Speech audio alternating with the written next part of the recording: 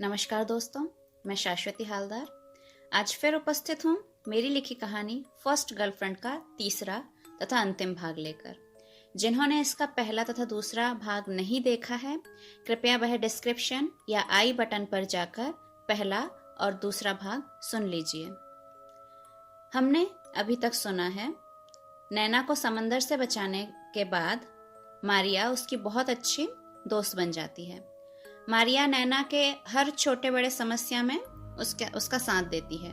साथ ही नैना को वह अपना समझकर अपनी दर्दनाक जीवन कहानी सुनाती है। उसके बाद कुछ दिनों के लिए नैना को अपने देश भारत जाना होता है। वहां भी मारिया उसकी खबर लेना नहीं भूलती। जब नैना वापस इस देश में आती है तब मारिया उसे एक घर में लाती है। देखते हैं इस अंतिम पर्व में कहानी क्या क्या मोड़ लेती है। तो चलिए शुरू करते हैं फर्स्ट गर्लफ्रेंड का third and last part. Maria की आवाज़ सुन के मैंने आंखें खोली और सामने देखा तो बड़ी बड़ी घास दिखाई दी। मैं गाड़ी से बाहर आई और आसपास नज़र घुमाई। वहाँ आसपास कोई भी घर नहीं था। जहाँ तक नज़र जा रही थी बस घास और घास, जिनकी लंबाई मेरे कमर तक थी। पास में ही एक पुराना सा घर दिखाई दिया। यह जगह थोड़ी टीला टाइप की थी। मारिया बहुत ही खुश लग रही थी। जगह मुझे पसंद आई, पर डर भी लग रहा था। ऐसी जगह पर मैं अकेली रहूंगी। तभी मारिया ने मेरा हाथ पकड़ा और खींचते हुए घर की तरफ ले गई। देखा तो घर के बाहर सिर्फ और सिर्फ गुलाब थे, अलग अलग रंग के गुलाब के पेड़। बगीचा बहुत ही साफ, सुंदर और व्यवस्थित था। वह मुझे अंदर ले गई। घर में जगह जगह पर अलग शेप और साइज के खुशबूदार मोमबत्तियां जल रही थीं। घर बहुत ही सुंदर था और थोड़ा पुराना भी। सुंदर लाल रंग के पर्दे लगे हुए थे और घर का सामान सारा एंटीक था। बहुत सुंदर और बड़ा दरवाजा, सोफा और बाकी सारा सामान सब एंटीक, बहुत ही सुंदर। ग्राउंड फ्लोर पर ही लगभग 8 से 10 कमरे थे और शायद फर्स्ट फ्लोर पर भी इतने ही होंगे। मैं जैसे ही अंदर जाकर सोफा पर बैठी तभी मारिया मेरे पास आई और खुशी से उछलते हुए मुझसे बोली, नैना, अब तुम्हारे सरप्राइज की बारी है। अरे बाप रे, इतने सुंदर घर के बाद भी कोई सरप्राइज बाकी है? वह मुंह बनाकर मुझसे बोली। हाँ, क्यों नहीं। मैं जिससे प्यार करती हूँ उसे मैं जितना चाहूँ उतने सरप्राइजेस दे सकती हूँ। कौन है मुझे रोकने वाला? मैंने मुस्कुराते हुए कहा, ओके बाबा, ओके ओके, तो बताओ what is my next surprise. वह सोफे से उठ खड़ी हुई, मेरे सामने घुटने पर बैठी और मेरा हाथ पकड़कर बोली, आई एम योर सरप्राइज। मैं ही तुम्हारे लिए सबसे बड़ा सरप्राइज हूँ। मैं उसकी बात कुछ समझ नहीं पाई थी, इसलिए थोड़ा रुकी और फिर मैंने उसे देखते हुए कहा, मतलब मैं कुछ समझी नहीं। तुम मेरा सरप्राइज हो, इसका क्या मतलब है?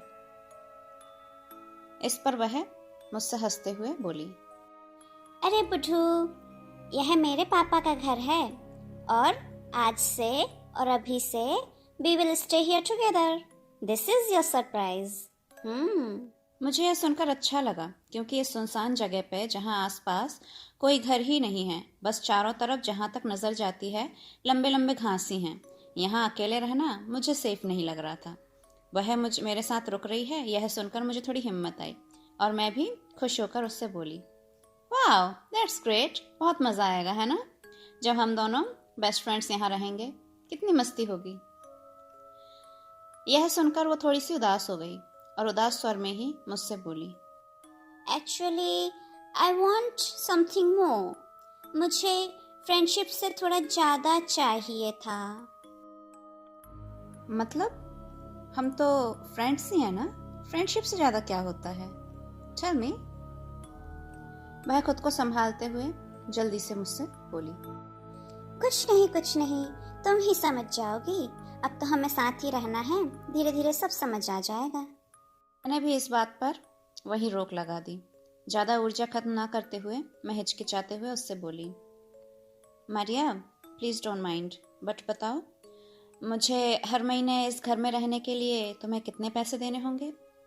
एक्चुअली मैं नहीं चाहती हमारे बीच पैसों के कारण कोई प्रॉब्लम हो, सो प्लीज़ टेल मी।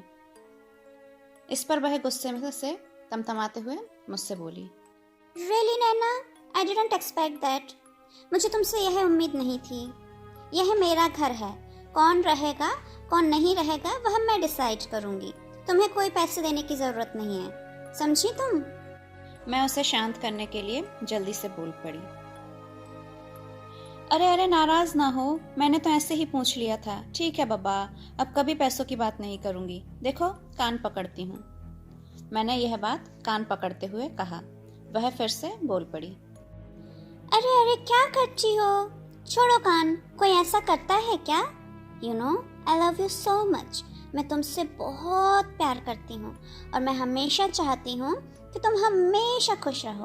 और मैं यह भी जानती हूँ कि मुझसे ज़्यादा खुशी तुम्हें इस दुनिया में कोई नहीं दे सकता, ठीक है? थोड़ी देर रुककर एक शरारत भरी मुस्कुराहट लाकर वह मुझसे फिर से बोली, यदि तुम सच में कुछ देना चाहती हो एज अ रेंट, देन मेरे पास एक उपाय है। मैंने जल्दी से कहा, हाँ तो बताओ ना क्या उपाय है। रोज रात को जब तुम सोने जाओगी, that time you have to hug me once. रोज एक बार मुझसे गले लगना। That will be your rent for stay here. मैं उसकी इन बचकानी हरकतों पे हंसते हुए उससे बोली, जो हुक्म महारानी, आप जैसा कहेंगी हम वैसा ही करेंगे। चलो अब डिनर कर लो। You are looking so tired. उसके बाद सो जाना। डाइनिंग टेबल पे जाके देखा तो मेरे होश उड़ गए। इतना खाना क्या नहीं था वहाँ। और चौंकाने वाली बात यह थी कि सारे आइटम्स मेरे पसंद के थे। इंडियन, चाइनीज़, थाई, बहुत सारे टाइप का खाना। बहुत ही स्वादिष्ट देखने में लग रहा था और खुशबू भी आ रही थी। मैं बोल पड़ी, मारिया क्या किया है? इतना सारा खाना, बाप रे, कौन खाएगा? तुम खाओगी और कौन खाएगा? पागल हो, इतना खाना मेरा परिवार एक साथ बैठकर भी खत्म नहीं कर सकता। अरे तुम शुरू तो करो, फिर देखते हैं। तुम नहीं खाओगी क्या? आ जाओ मेरे साथ, तुम भी खाना खा लो। नो सॉरी डियर, मुझे अभी भूख नहीं लगी है। तुम खाना खाओ, मैं बाद में खा लूंगी। मुझे सच में भूख लगी थी। ऊपर से सारे पसंदीदा पकवान देखकर मेरे पेट के चूहे और ज़्यादा नाचने लगे थे। मैंने खाना खाया और सच कहूँ तो बहुत सारा खाया। खाना ज़्यादा खाने के कारण मुझे नींद आने लगी। मैंने उबासी लेते हुए मारिया से कहा, मारिया मुझे नींद आ रही है, क्या तुम मुझे मेरा कमरा दिखा दोगी? वह मुझे लेकर ऊपर आई और एक कमरे का दरवाज़ा खोला। कमरा वही एंटीक चीज़ों से भरा हुआ था। बड़ा और बहुत ही सुंदर बेड, ऊपर एक झालर जिसमें छोटे छोटे कम क्षमता वाले 4-5 बल्ब लगे हुए थे। एक किताबों की अलमारी जिसमें हिंदी और अंग्रेजी भाषा की किताबें रखी हुई थी। फ्लावर वास में गुलाब का एक गुच्छा और एक बहुत बड़ा सा और लकड़ी पर कारीगरी किया हुआ ड्रेसिंग टेबल था जिस पर मेरे पसंदीदा सारे कॉस्मेटिक्स थे। साथ ही अटैच्ड बाथरूम था, एकदम कांच जैसा चमक रहा था। पूरे कमरे में एक मीठी मीठी नशीली सी खुशबू आ रही थी। मैं तो कमरा देखकर मुग्ध हो गई थी। मारिया की आवाज से मुझे होश आया। तो मेरी जान को कमरा पसंद आया? मैंने आंखें बड़ी बड़ी करके कहा, बाप रे मारिया, बहुत सुंदर कमरा है और तुम कहती हो पसंद आया या नहीं? तुम खुश तो मैं भी खुश। अच्छा देखो, बेड के साइड में जो टेबल है उसके ऊपर पानी रखा हुआ है। मैंने देखा, हाँ, बेड के साइड में एक छोटा सा टेबल रखा है। उसके छोटे होने के कारण ही शायद वह मेरी नज़र से चूक गया था। उस पर भी एक छोटा सा फ्लावर वास है जिसमें एक गुच्छा गुलाब का रखा हुआ है। उसी के पास खाली ग्लास एक छोटे से प्लेट से ढका हुआ, साथ ही एक सुंदर सा कांच का जग पानी से भरा हुआ था। मैं फिर से उससे बोली, thanks a lot Maria for everything, thank you so much. I love you so much Naina. मैं तुम्हारी खुशी के लिए कुछ भी कर सकती हूँ। इसके लिए थैंक्स बोलकर मेरा दिल मत दुखाओ प्लीज। ओके बाबा, चलो सुबह की कॉफी पर मिलते हैं। अरे नहीं नहीं, सुबह पॉसिबल नहीं होगा। एक्चुअली मैं नाइट में वर्क फ्रॉम होम करती हूँ और दिन भर सोती हूँ, तो शायद मैं तुम्हें दिन में मिलूँ ही नहीं। तुम शायद मुझे दिन में देख ही ना पाओ। ठीक है, कोई बात नहीं। कल से मुझे ऑफिस ज्वाइन करना है। तुम अपना ख्याल रखना, मैं शाम को मिलूंगी फिर। इतना कहकर मैंने उसे हक किया और उसने फिर से वही मेरा गाल चूम लिया। मुझे अच्छा तो नहीं लगा, पर उसका दिल दुखे, मैं ऐसा कुछ उससे कहना नहीं चाहती थी। अपने नए बिस्तर पर मैं जैसे ही लेटी वैसे ही मुझे नींद आ गई। कितनी देर सोई पता नहीं, पर रात में अचानक से घुंघरू जैसी आवाज आने लगी। मैंने फोन उठाकर देखा तो तब रात के 1 बज रहे थे। मैंने सोचा सपना देख रही हूँ, इसलिए मैंने ध्यान से सुनने की कोशिश की।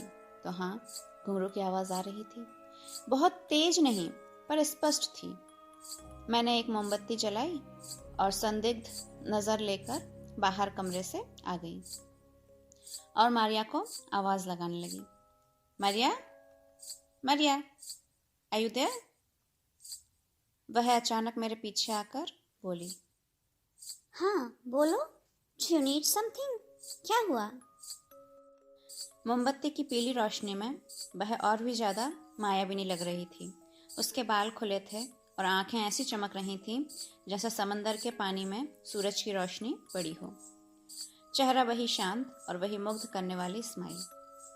मैंने उससे कहा, मारिया देखो ना, मैं सो गई थी पर कहीं से घुंघरू जैसी आवाज आ रही है। अरे अरे, वो कुछ नहीं है, बाहर घास का जंगल है ना, तो कोई कीड़ा छुपा होगा, वही आवाज कर रहा है। डरो मत, मैं पास वाले कमरे में ही हूँ, जरूरत है तो आवाज लगा देना। उसने थोड़ी देर तक कुछ सोचा और फिर से वो मुझसे बोली। यहाँ रात को बहुत सारी आवाजें आती हैं। कभी तो बहुत सारे फॉक्स मिलकर कोरस गाते हैं और कभी आउल्स ताल देते हैं। तुम डरना नहीं, यदि डर लगे तो मुझे आवाज लगाना, मैं पास में ही हूँ। वह पास वाले कमरे में है, यह जान के दिल को थोड़ी तसल्ली मिली, पर घबराहट नहीं कम हो रही थी। मैं फिर से कमरे में आई और लेट गई। कुछ देर बाद सच में लोमड़ियों का चिल्लाना शुरू हुआ और कई सारी आवाजें भी आने लगीं। पर मुझे डर नहीं लग रहा था, बल्कि ऐसा लग रहा था कि यहाँ पे रहना किसी एडवेंचर से कम नहीं। सुबह उठी, नीचे गई। डाइनिंग टेबल के सामने वाला कमरा मुझे किचन जैसा दिख रहा था और वह सच में किचन निकला। मैंने कॉफ़ी बनाई और कॉफ़ी का कप लेकर मैं बगीचे में यहाँ वहाँ घूमने लगी। कुछ देर तक वहीं बैठकर चाय और गुलाब की खुशबू का आनंद लिया। फिर यथा समय अपने कमरे में आई, तैयार हुई और ऑफिस के लिए निकलने के लिए रेडी हो गई। मैं कमरे से बाहर निकली तो देखा मेरे पास वाले कमरे का दरवाज़ा बंद है। मैंने मारिया को जगाना या डिस्टर्ब करना सही नहीं समझा, इसलिए मैंने डाइनिंग टेबल पर एक चिट छोड़ दी जिसमें मैंने लिखा था, I am leaving for office, see you soon in the evening, take care. 22 दिन बाद ऑफिस ज्वाइन किया था मैंने। कुछ बदला सा लगा। कुछ लोग चले गए थे और कुछ नए लोग आ गए थे। मैंने उस पर ध्यान ना देते हुए मैं डायरेक्ट जाके बॉस से मिली और काम शुरू किया। लंच ब्रेक में मैं ऑफिस के कैंटीन में गई, कॉफ़ी और एक सैंडविच ऑर्डर किया और एक खाली टेबल देखकर उस पर कब्जा करके बैठ गई। तभी एक लड़का जो ऑफिस में नया आया था वो आकर मुझसे बोला, Hey, can I join you? If you don't mind. मैंने एक नज़र उसे देखा और मेरे मुंह से अपने आप ही निकल आया, श्योर प्लीज़। वह एक अच्छा लंबा चौड़ा जिम किया हुआ लड़का था। चेहरे पर हल्की दाढ़ी, आंखों पर ब्लैक फ्रेम वाला शौकीन चश्मा, वाइट शर्ट, ब्लैक सूट, एक वॉच। दिखने में बहुत सिंपल लग रहा था, पर जैसा हैंडसम वैसा ही अट्रैक्टिव था। उसने मेरी तरफ हैंडशेक की भंगिमा में हाथ आगे बढ़ाया और बोला, I am Nicholas. You can call me Nick. मैंने भी हाथ बढ़ाकर अपना इंट्रोडक्शन दिया। फिर बस ऐसे ही बात होने लगी हमारी। हमारा खाना आया, खाना खाते खाते हम हंसी मजाक कर रहे थे। मैं ऑफिस से घर लौटी तो वही जगह जगह पर मोमबत्तियां जल रही थीं। खाने की खुशबू आ रही थी, पर मारिया कहीं नहीं दिखी। मैं डाइनिंग टेबल के पास गई। वहाँ खाना गर्म था, ढक के रखा हुआ था। साथ ही एक चिट भी थी। उस पर लिखा हुआ था, Sorry dear, I have some work. I cannot join you now. खाना बना दिया है, फ्रेश होकर खाना खा लेना। मैं कुछ देर बाद नीचे आती हूँ। Please don't mind. Love you. मैं अपने कमरे में गई, थोड़ी देर रेस्ट किया, फिर फ्रेश हुई और किचन में आकर कॉफ़ी बनाई। यहाँ वहाँ घूमकर कॉफ़ी पीने लगी। फिर महसूस ये हुआ अब खाना खा लेना चाहिए, भूख लग रही है। मैंने अकेले ही सर्व किया और खाना खाने लगी।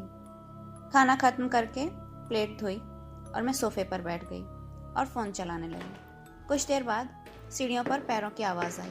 मुंह घुमाकर देखा तो बालों का जूड़ा बनाते हुए मारिया नीचे आ रही थी। तब लगभग रात के 10:30 हो रहे थे। वह मेरे पास आई, बैठी और बोली, did you had your dinner? तुम्हारा दिन कैसा रहा आज? मैंने मुस्कुराते हुए लगभग सारी घटनाएं बताईं, और पता नहीं क्यों निक वाली बात बताने की इच्छा नहीं हुई। फिर मैंने मारिया से कहा, मारिया, कभी कभी तुमसे बहुत सारी बातें करने का मन होता है, पर दिन में तुम सोती हो और रात को तुम काम करती हो, इसलिए ना तो मैं तुम्हें कॉल कर पाती हूँ और ना ही मैसेज। तुम्हें डिस्टर्ब करने का मन नहीं करता। बताओ मैं क्या करूँ? इस पर वह थोड़ी देर कुछ सोची और फिर झट से उठकर मुझसे बोली, wait a while, I am just coming.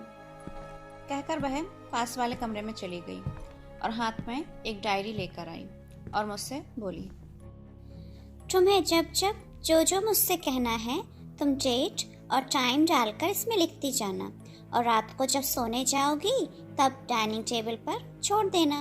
मैं रात को इसे पढ़कर मेरा जवाब लिख दिया करूँगी, और फिर सुबह जब ऑफिस जाओगी तब डाइनिंग टेबल से ही इसे कलेक्ट कर लेना। कैसा लगा मेरा आइडिया? सच कहूँ तो उसका आइडिया मुझे थोड़ा अलग और अच्छा लगा, मैसेज करने जैसा। मैंने उससे वह डायरी ली और घुमा फिरा के देखने लगी। उसके कवर पेज पर लिखा था लव चैट्स, और उसके फ्रंट पेज पर डी किंग का एक कोट लिखा था, love will travel as far as you let it, it has no limits. मुझे डायरी बहुत पसंद आई। मैंने डायरी ली और खुशी खुशी उसे हक कर लिया। उसने तुरंत मेरा गाल चूम लिया। क्या करती, मैंने जस्ट गुड नाइट कहा और अपने कमरे में सोने आ गई। नींद भी आ गई थी, पर वह घुंघरू की आवाज़ कायम थी और साथ ही ऐसा लग रहा था कि मुझे कोई देख रहा है। मैंने आंखें खोली, यहाँ वहाँ देखा, पर कोई नहीं था। मैंने फिर से सोने की कोशिश की, पर वह फीलिंग बार बार हो रही थी कि मुझे कोई आंखें फाड़ फाड़ के देख रहा है। जैसे तैसे रात गुजारी। सुबह रोज की तरह ऑफिस निकली। आज मारिया की दी हुई डायरी मेरे साथ थी। दिन भर मेरे साथ जो भी हुआ मैंने हर एक चीज़ डायरी में लिखते गई। तभी लंच ब्रेक में निक ने बताया, बॉस ने कल एक मीटिंग रखी है, पर पता नहीं टॉपिक क्या है।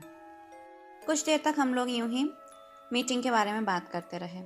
उसके बाद समय पर ऑफिस खत्म हुआ। मैं घर पर आई और कॉफ़ी बनाकर यहाँ वहाँ घूमकर पीने लगी। कुछ देर बाद मैंने डिनर किया। काफ़ी देर तक मैंने वेट भी किया, पर मारिया नीचे नहीं आई। मुझे कुछ कुछ बातें उससे कहनी थी, पर क्या करें, वह आ ही नहीं रही थी। मैंने डायरी में सब कुछ लिखा और टेबल पे छोड़ दी। जैसे ही मैं कमरे में पहुंची, मारिया तुरंत मेरे कमरे में आ गई और मुझसे बोली, सॉरी मेरी जान, आज बहुत काम था इसलिए नीचे नहीं आई। मैंने बस मुस्कुराते हुए उससे कहा, कोई बात नहीं, मुझे जो कहना था मैंने सब डायरी में लिख दिया है। मैंने नीचे भी रख दी है, टाइम मिले तो पढ़ लेना। अरे डायरी के लिए तो टाइम ही टाइम है, मैं ज़रूर पढ़ूंगी। इतना कहकर उसने गुड नाइट कहा, हक किया और वह चली गई। दूसरे दिन यथा समय हम ऑफिस पहुंचे।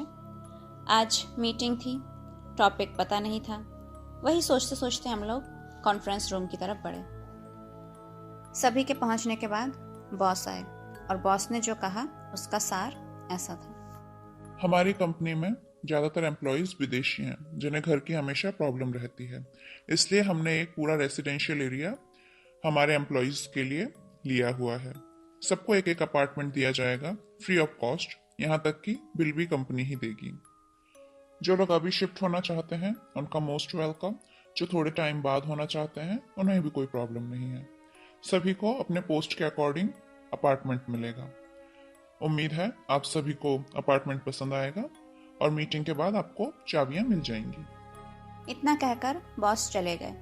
बॉस के कॉन्फ्रेंस रूम से निकलते ही बॉस का पीए आया और हम सभी को एक एक चाबियां देकर चला गया। सभी बहुत खुश थे, खुश मैं भी थी, पर मेरा मन घबरा रहा था कि मुझे अपार्टमेंट दिया गया है, पर मैं मारिया को क्या कहूँ और कैसे मैं शिफ्ट हूँ।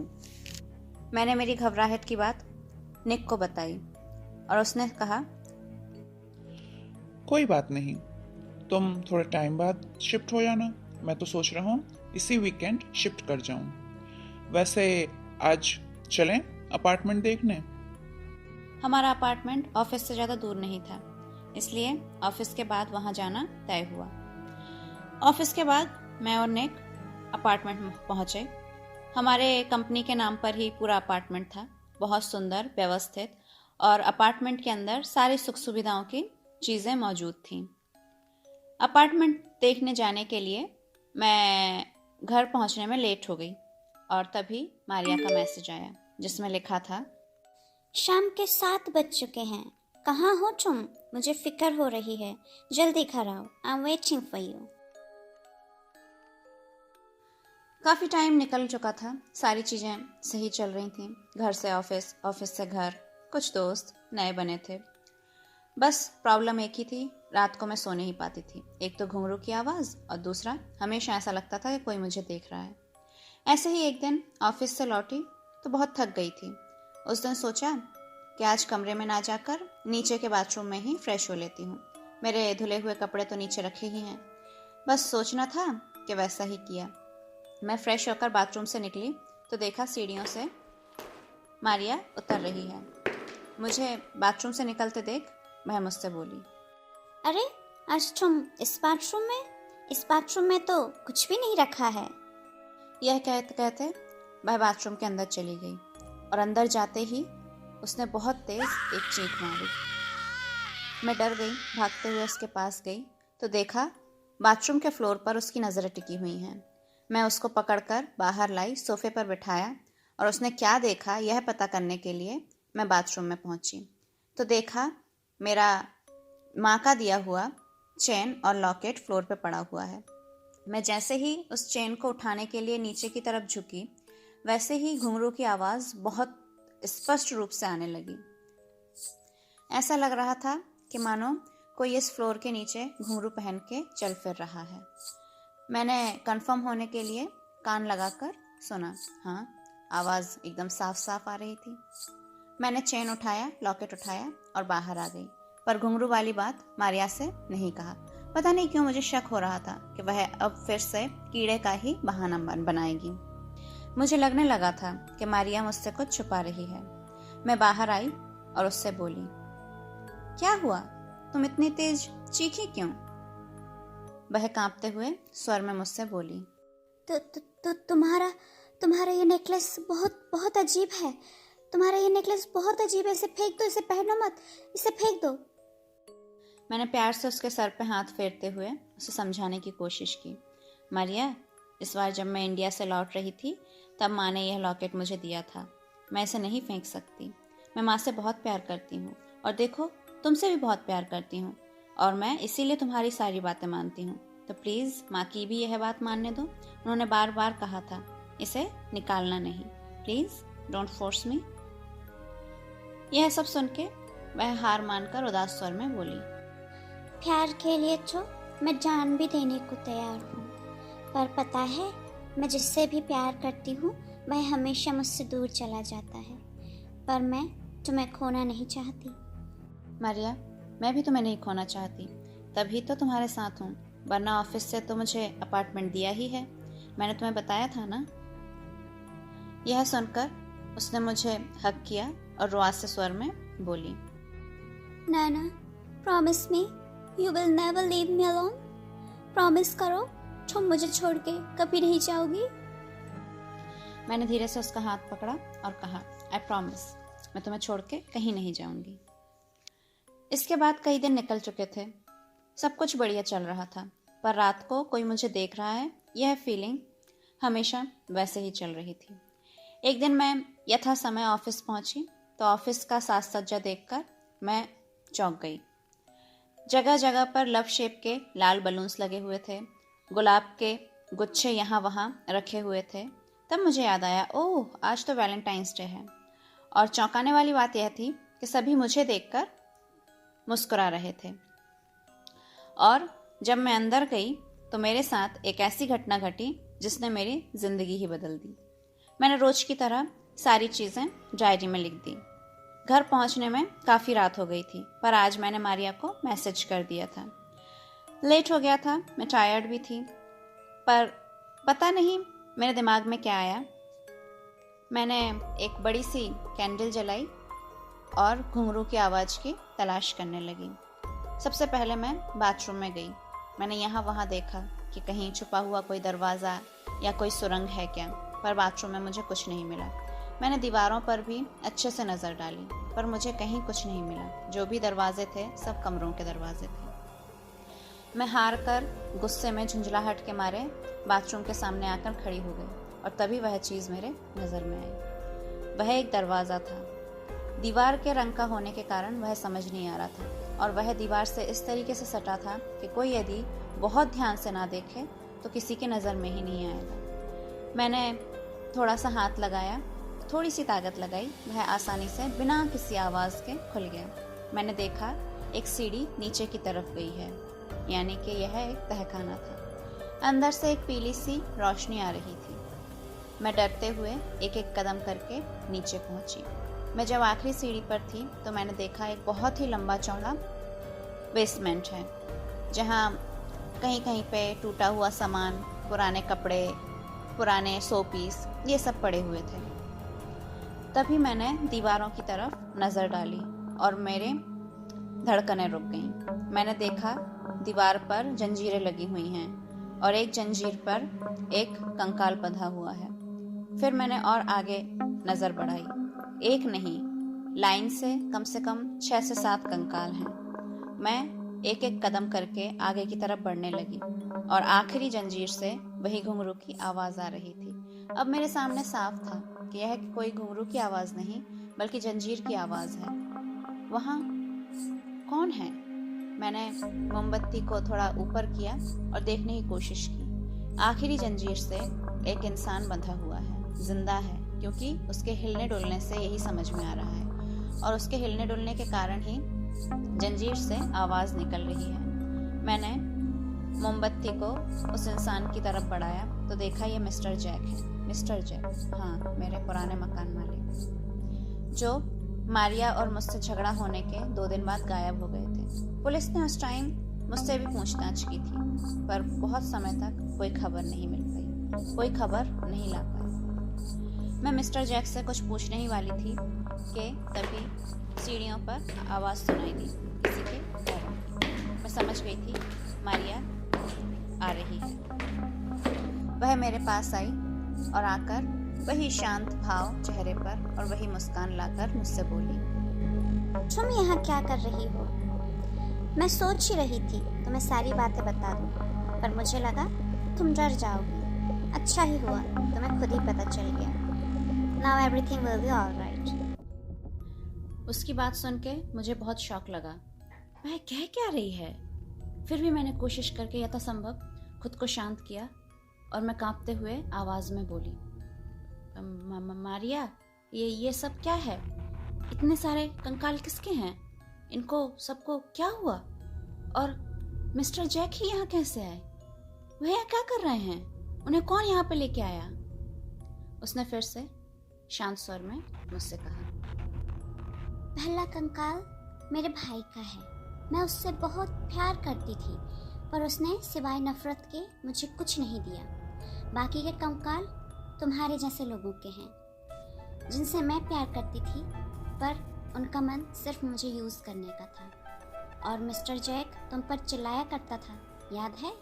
मैं हमेशा तुम्हें खुश देखना चाहती हूँ, पर यह बुढ़ा तुम्हें दुख देता था, तुम्हें परेशान करता था, इसलिए उसे मैंने अपना पालतू जानवर बना लिया। मैं उसे मारूंगी नहीं, मैं उसे अपना कुत्ता बना के रखूंगी। हम दोनों सारी जिंदगी साथ रहेंगे। We will love each other. जब तक तुम इस दुनिया में रहना चाहो। उसके बाद जब तुम्हारा यहाँ रहकर मन ऊब जाएगा, तब मैं तुम्हें मेरी दुनिया में लेकर जाऊंगी, मेरे साथ समंदर के अंदर। बोलो, चलोगी ना? पता है, तुम सबसे अलग हो। तुम्हें मैं बहुत प्यार करती हूँ। तुम्हारे अंदर मुझे मेरा सच्चा प्यार मिला। बोलो, रहोगी ना मेरे साथ? चलोगी ना मेरे साथ? वो यही सब बोले जा रही थी। मुझे कुछ भी उसकी बातें समझ में नहीं आ रही थी। वह क्या बोल रही है, क्या कर रही है, क्या करना चाहती है, क्या कहना चाहती है, मुझे कुछ भी नहीं समझ में आ रहा था। बजाय समझने के मेरे हाथ पैर डर से कांप रहे थे। फरवरी की कड़कड़ाती हुई ठंड में भी मेरे शरीर से टप टप करके पसीना टपक रहा था। मैं कांपते हुए स्वर में बोली, मारिया, मिस्टर जैक की उम्र हो चुकी है, प्लीज़ उन्हें छोड़ दो। वो ज़्यादा दिन ऐसे रहेंगे तो वो मारे जाएंगे। मैं तुम्हारे हाथ जोड़ती हूँ, मैं तुम्हारे पैर पड़ती हूँ, प्लीज़ प्लीज़ उन्हें छोड़ दो उन्हें। इतना सुन के उसकी नीली आंखें जैसे जल उठी। उसने मेरा हाथ पकड़ा और खींचते हुए बेसमेंट से बाहर लेकर आई और मेरे कमरे में ले जाके मुझे अपने बेड पर पटक दिया और अजीब सी आवाज़ में मुझसे धमकाते हुए बोली, सुनो, मैं तुमसे प्यार करती हूँ। इसका मतलब यह नहीं कि तुम्हारी हर बेमतलब की बातों को मैं मानूंगी। इस घर में यदि तुम्हें जिंदा रहना है और सुकून से रहना है तो मेरी बात माननी होगी, वरना दीवारों पे टंगी एक जंजीर तुम्हारे नाम के लिए भी तैयार है। इतना कहकर वह बिजली के बेग से कमरे से बाहर चली गई। मैं तब भी कांप रही थी और पछता रही थी कि काश मैंने माँ की बात सुनी होती और मैं वहीं रुक गई होती। माँ की बात याद आते ही मैंने टी शर्ट के अंदर से वह चक्र वाला लॉकेट निकाला और हाथ में लेकर रोने लगी। अचानक सीढ़ी पर वही अजीब सी आवाज़ में मारिया मेरी डायरी पढ़ते हुए मेरे ही कमरे की तरफ आ रही थी। आज वैलेंटाइन डे था। मुझे याद नहीं था। सच कहूँ तो याद रखने की कोई वजह भी नहीं थी। पर जब मैं ऑफिस पहुंची तो ऑफिस का रोमांटिक सा मेकअप देखकर मुझे याद आ गया। मैं जैसे ही अपने डेस्क की तरफ बढ़ने लगी, तुरंत एक जानी पहचानी सी आवाज़ आई। किसी ने मेरा नाम पुकारा। पीछे मुड़कर देखा तो निक हाथों में बड़ा सा एक लाल गुलाब का गुलदस्ता लिए खड़ा था। वैसे ही वो बहुत हैंडसम है, पर आज और भी ज़्यादा हैंडसम लग रहा था। ऊपर से उसके गाल किसी कारणवश लाल हो रहे थे, जो उसकी खूबसूरती में और भी चार चांद लगा रहा था। वो मुस्कुराते हुए मेरे पास आया और मेरे सामने घुटने मोड़कर बैठ गया। मेरी तरफ फूल का गुलदस्ता बढ़ाया और मुझे बहुत शर्म आ रही थी। मैंने उसके हाथों से गुलदस्ता लिया। तुरंत ही उसने रिंग निकाला और मुझे प्रपोज किया। मैंने भी अपना हाथ बढ़ा दिया और हाँ कहा। I accepted his proposal. Office में सभी ताली बजाने लगे। बॉस भी थे। बॉस भी बहुत खुश हुए। सभी ने बधाई दी और इसी बात को नज़र में रखते हुए बॉस ने डिनर पार्टी का ऐलान किया। मैं निक को पिछले 6 महीने से जानती हूँ, यहाँ तक कि मैं उसे पसंद भी करती हूँ, पर उसके मन में क्या है यह जाने बगैर मेरे मन की बात उससे कहना मुझे सही नहीं लगा। पर आज जब उसने प्रपोज किया तो मैंने एक्सेप्ट किया। मैं आज बहुत खुश हूँ। पढ़ना खत्म करके जब मारिया ने डायरी नीचे की तो उसकी आंखें एकदम लाल हो रही थी और मैंने देखा उसके हाथ में चमचमाता हुआ एक बड़ा सा चाकू था। वह बोल पड़ी, तुम भी मुझसे प्यार नहीं करती, तुम निक से प्यार करती हो। तुम्हारे लिए भी बस मैं महज एक दोस्त बन के रह गई। मैं मरने के बाद भी बार बार सिर्फ प्यार के लिए वापस आती हूँ और मुझे बार बार सिवाय धोखे के, नफरत के और मुझे कुछ नहीं मिलता। तुमने भी मुझे धोखा दिया। तुम भी धोखेबाज निकली। तुम भी मुझसे प्यार नहीं करती। इतना कहते कहते वह हाथ में बड़ा सा चाकू लिए मेरी तरफ ही बढ़ रही थी। तभी पता नहीं कैसे मेरे गले में डला हुआ वह चक्र जैसा लॉकेट अचानक जलने लगा, अचानक चमकने लगा। मारिया को देखा, वह कुछ बोलते जा रही थी। अचानक उसने चाकू उसी के गले पर लगाया और खुद का गला काट लिया और अचानक से एक गर्म सा तरल पदार्थ मेरे शरीर, मेरे गाल, मेरे हाथ पैरों में आके लग गया। इतने कम समय में इतनी सारी घटनाओं ने मुझे हिला दिया था, मेरे नफ्स को काबू कर लिया था और मैं बेहोश हो गई। जब आंख खुली, सुबह की रोशनी मेरे आंखों पर पड़ रही थी। मैंने देखा मैं घास के मैदान में पड़ी हुई हूँ। कुछ दूरी पर मेरी कार खड़ी हुई है और मेरे पैर के पास मारिया की डायरी पड़ी है। मैंने फटाफट डायरी उठाई और कल वाला पेज खोला। उसमें मारिया ने लिखा था, कम उम्र में माँ पापा को खोने के बाद मेरी ज़िंदगी में सिर्फ मेरा भाई बचा था। मैं उससे बहुत प्यार करती थी, पर वह मुझे दुश्मन से भी बदतर समझता था। जब उस दिन वह उस लड़के को लाया और मुझे बेचकर उसके साथ सोने के लिए कहा, तब मुझे बहुत दुख हुआ और साथ ही बहुत गुस्सा आया।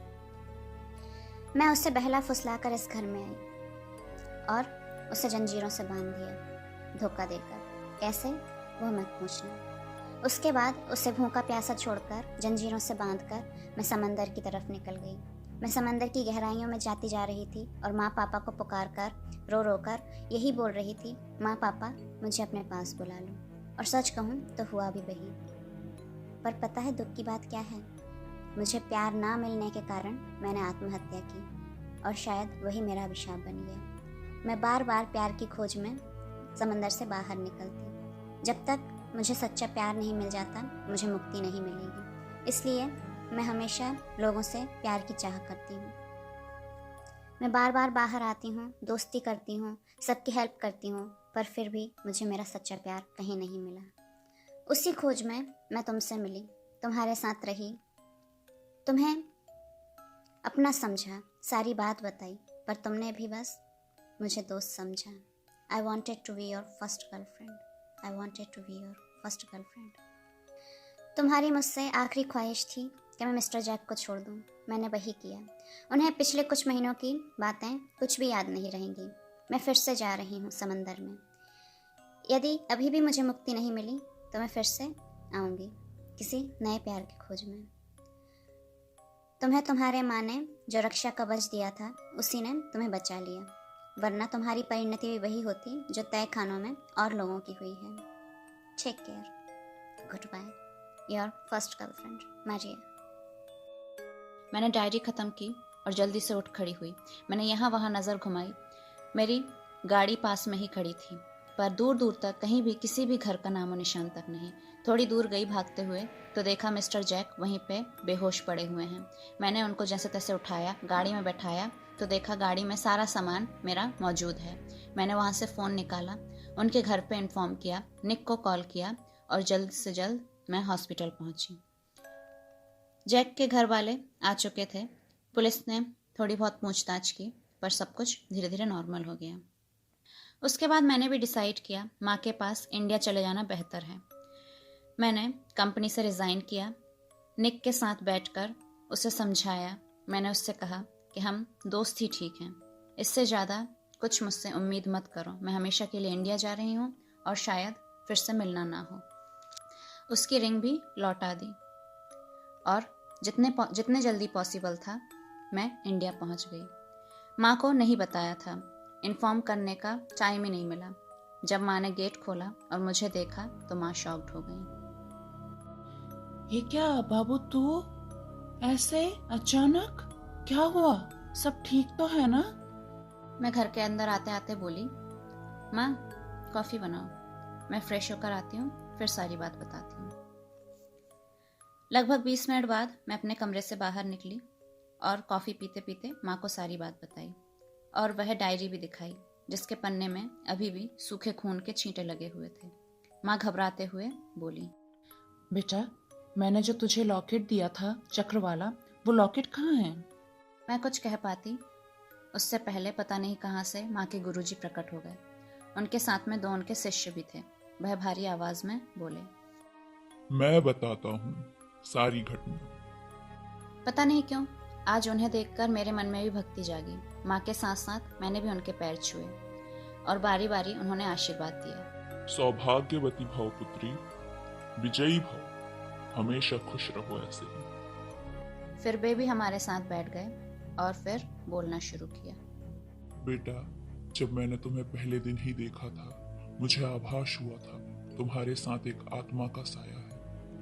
ऐसी आत्मा जो तुम्हारा बहुत अच्छा कर सकती है और जरूरत पड़ने पर घोर अनर्थ भी। तभी मैंने तुम्हारी माँ को सारी बात बताई थी और मैंने कहा था जैसे भी हो तुम्हें वहां वापस जाने से रोके। पर मुझे यह भी पता था नियति को कोई नहीं टाल सकता और मन में एक अनर्थ की संभावना भी ज्यादा महसूस हो रही थी। इसलिए मैंने वह लॉकेट तुम्हारी माँ को दिया था।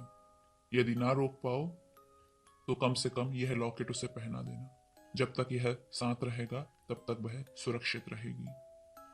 इतना कहकर गुरुदेव थोड़ा सांस लेने के लिए रुके। इतने में मैं बोल पड़ी, हाँ गुरुदेव, माँ ने वह लॉकेट मुझे दिया था और मैंने कभी उसे अपने आप से अलग भी नहीं किया, यहाँ तक कि मारिया के 1000 कहने के बाद भी नहीं।